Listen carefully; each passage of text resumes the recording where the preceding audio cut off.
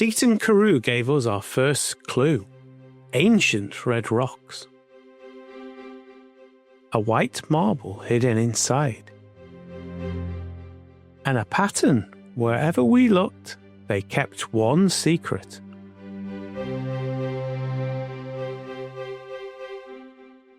Now we're 200 miles north, hunting what the first stones promised, more. But here, the rules are different.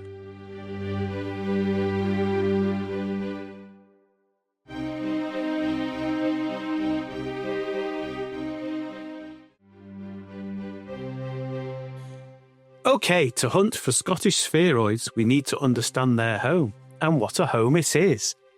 North Berwick sits in an ancient geological rift valley, a place that 350 million years ago was a seriously dramatic neighbourhood. The climate was tropical, shifting from deserts to swampy jungles. We were closer to the equator. Things were different. We're only a few miles from Edinburgh, but right here, in these rusty red mudstones, is our crime scene. Called the Sisters, the stone spreads out like spindly witches' fingers.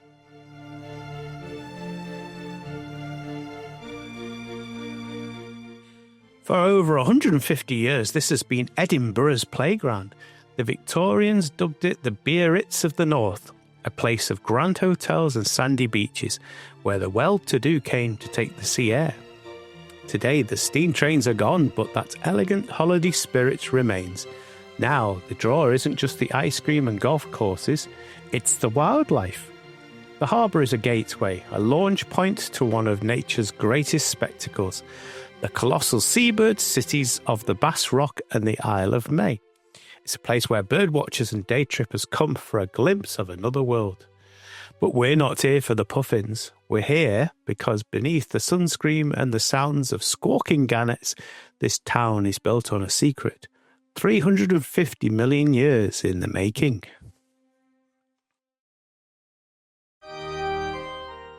This is our canvas. 350 million years ago, this wasn't rock. It was the muddy bottom of a shallow tropical lagoon. See these gritty sandy layers? That's volcanic ash. This coastline was a land of fire, with eruptions dumping ash into the lagoon over and over again. Even the ripples from the water are frozen in time.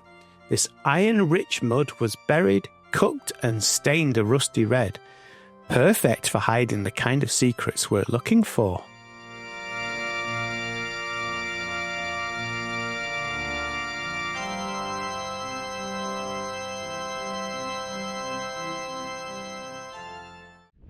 Well, hello there, we've come to North Berwick to look for more spheroids, and I have to say this is definitely the easiest one that I've ever done. So easy, in fact, I'm going to do it in real time. So, part there, this is Uranium Hunters there, hi, and this is us going to find the spheroids.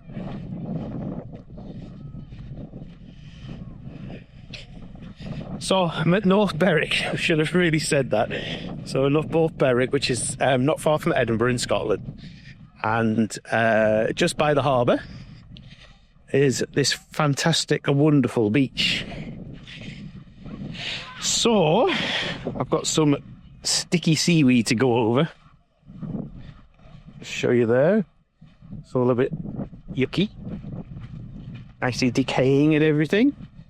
So in Hartlepool, I found 3 or 4 and really struggled with them.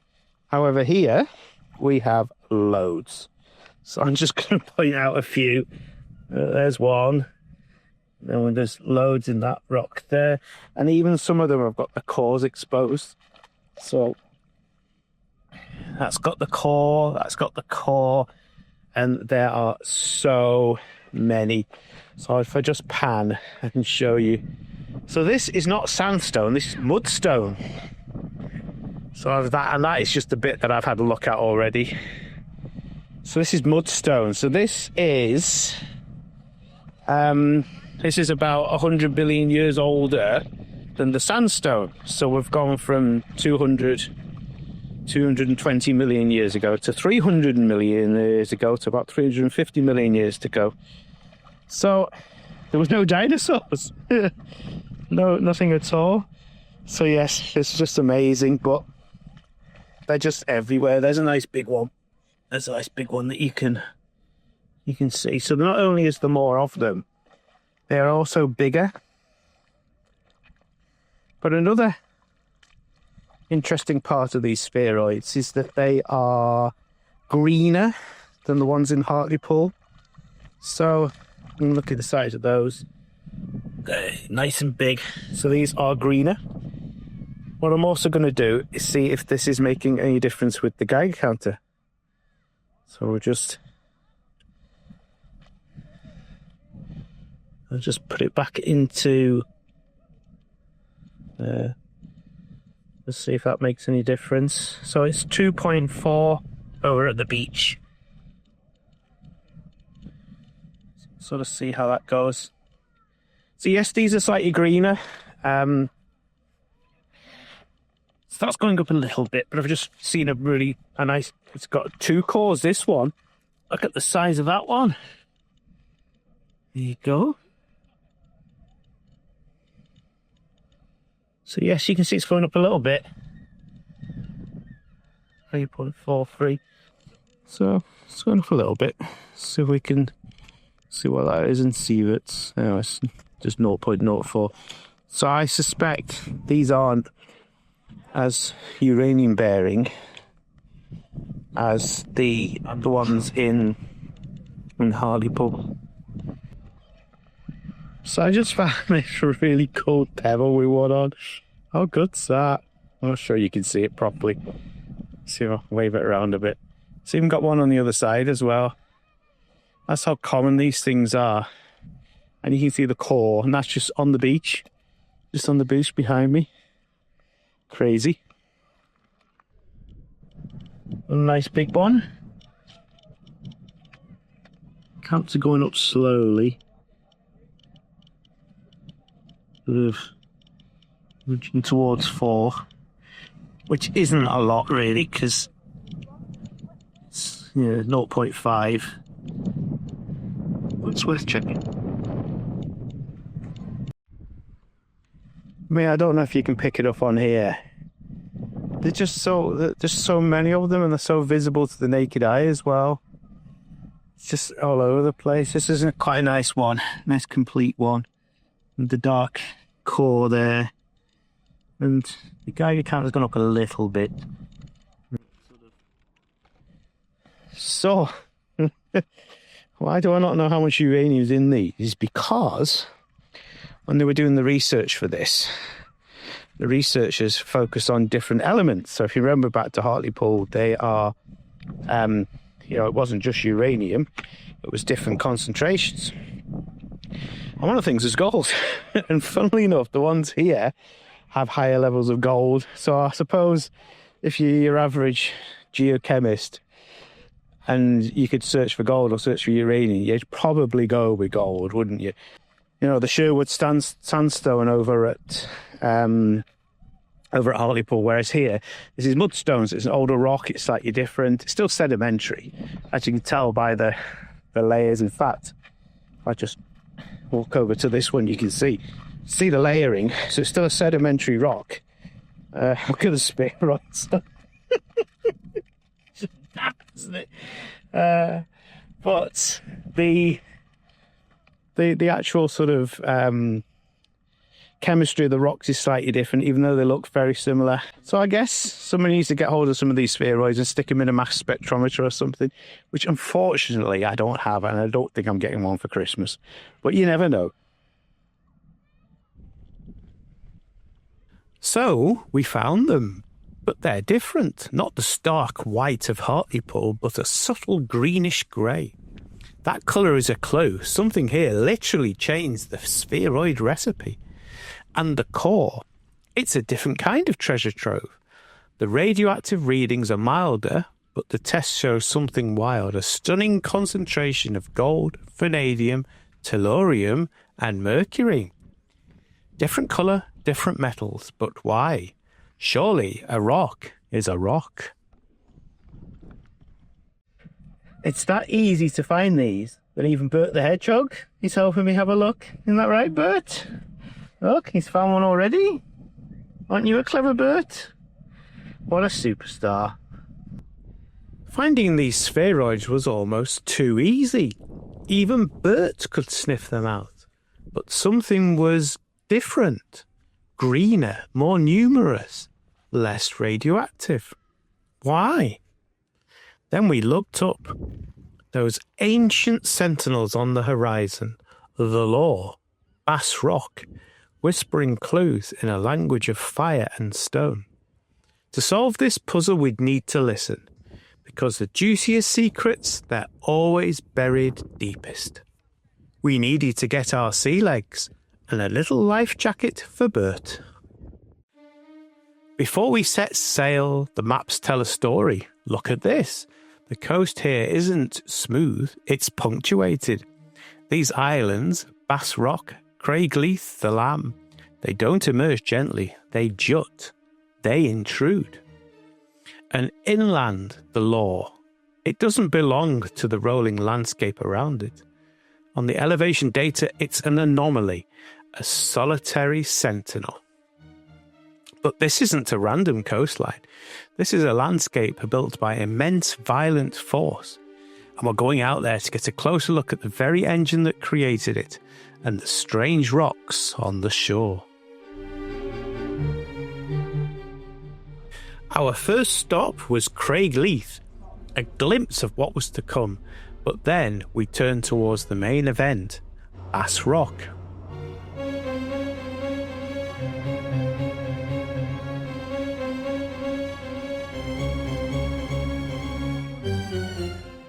This pillar of rock isn't just a landmark, it's a monument to a rock revolution. It was right here that James Hutton, the father of geology himself, saw proof of his radical idea, that the Earth is immeasurably old, and that these rocks are not static, but pages in a deep time story, changing imperceptibly before our eyes. His famous unconformity at Sycar Point is just down this very coast, a theory written in stone. Through the centuries, we've projected our own needs onto this sentinel, a prison, a sanctuary, a fortress, an artistic muse. But today, its true inhabitants have reclaimed it. Now it is a world unto itself, a kingdom of wind, rock, and over 150,000 birds. A place where only the most intrepid scientists can tread, and the rest of us can only circle and wonder.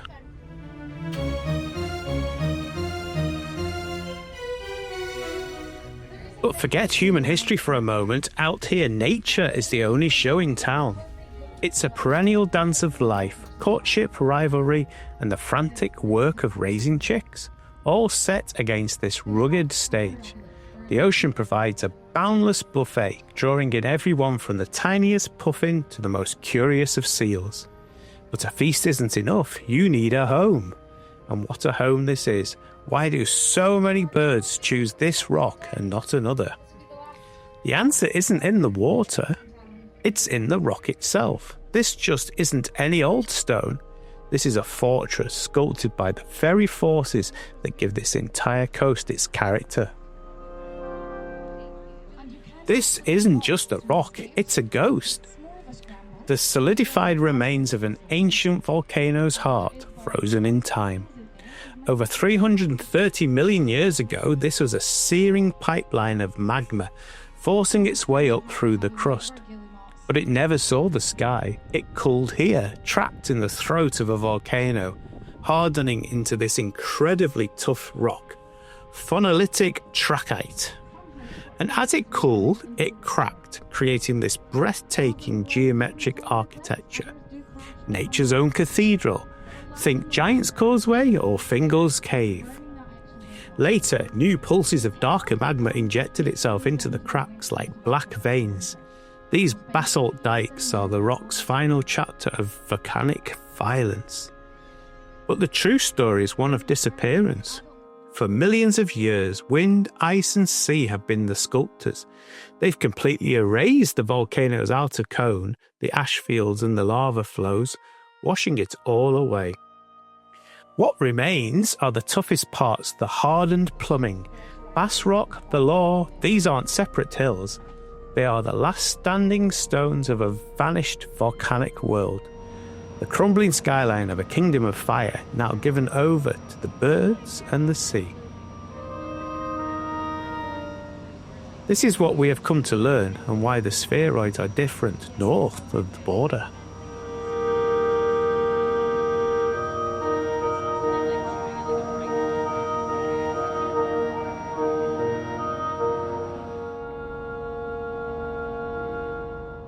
As a bonus, on the horizon, just like at Hartlepool, was a nuclear power plant. Tordes. A reminder of the power contained within these mighty nuclear marbles.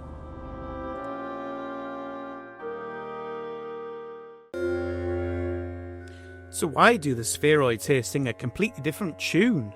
It all comes down to the stage they were formed on. Hartlepool was a vast, dry desert. Its sandstones are pure, uniform and porous, like a simple filter. North Berwick, 100 million years earlier, was a volatile volcanic paradise. Think modern-day Iceland, but in the tropics. Its rocks are a chaotic mix. Iron-rich clays, volcanic ash and thick coal seams. And that volcanic fire didn't just provide ingredients, it shattered the landscape.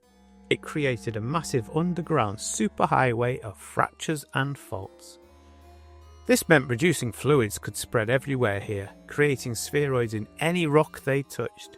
In Hartlepool, the process was far more isolated. Different ingredients, different recipes. Hartlepool's pure sands collected uranium, but North Berwick's volcanic cocktail that brewed something rarer, a concentrate of exotic metals amongst the mix. Even the iron told a different story. In the desert, it simply washed away, leaving a white ghost. But here, trapped by volcanic minerals, it transformed, staining the spheroids green. Two ancient worlds, two completely different geological legacies, and two very different radioactive songs for us to listen to. We brought a piece of the rock home. Polished and under the light, it's beautiful. A canvas of green reduction, a perfect snapshot of that ancient volcanic chemistry. But for us, the Geiger silence was deafening. Where was the song, the scream of uranium we'd come to expect?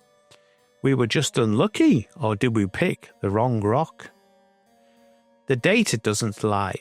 In the League of Radioactive Spheroids, Dingwall, Hartlepool and Heysham are the champions. Udley Salterton on the Jurassic coast, only one step behind. But North Berwick, along with Millport on the Isle of Cumbrae, they're in a different division entirely. The numbers are a fraction of the rest. Our radio code confirmed it. There's no uranium party in the Firth of Forth. But that's not a failure, it's a clue. We even found some data for spheroids in Australia and Canada. Those overseas spheroids, they just don't pack the same punch.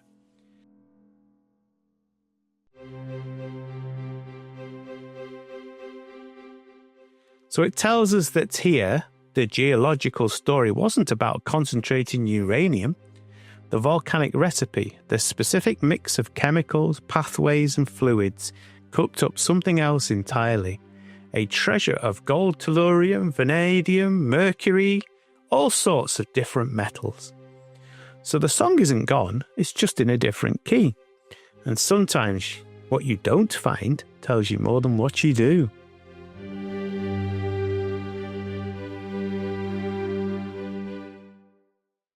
And here's the incredible part. If you're in the UK, chances are that there's a radioactive spheroid hiding near you. A literal piece of deep time history right on your doorstep. But it's a geological lottery. You might hit the uranium jackpot in Hartlepool, or you might come away with a different kind of treasure, like we did here in Scotland. That's the hunt. So if you go looking, be sure to tag us in. Because this isn't the end of our story. We've got a map, a Geiger counter, and a few more of these locations to investigate. And we're just getting started. We followed the clues from a quiet English beach to Scotland's volcanic coast. We found the marbles, heard their faint song, and seen that each one tells a different story. But the biggest questions remain. How does a simple stone perform such complex magic? Why is this process one of nature's most closely guarded secrets? And what could these little globs possibly tell us about our place in the universe? The 4 miracles of the spheroids. The mystery revealed next time.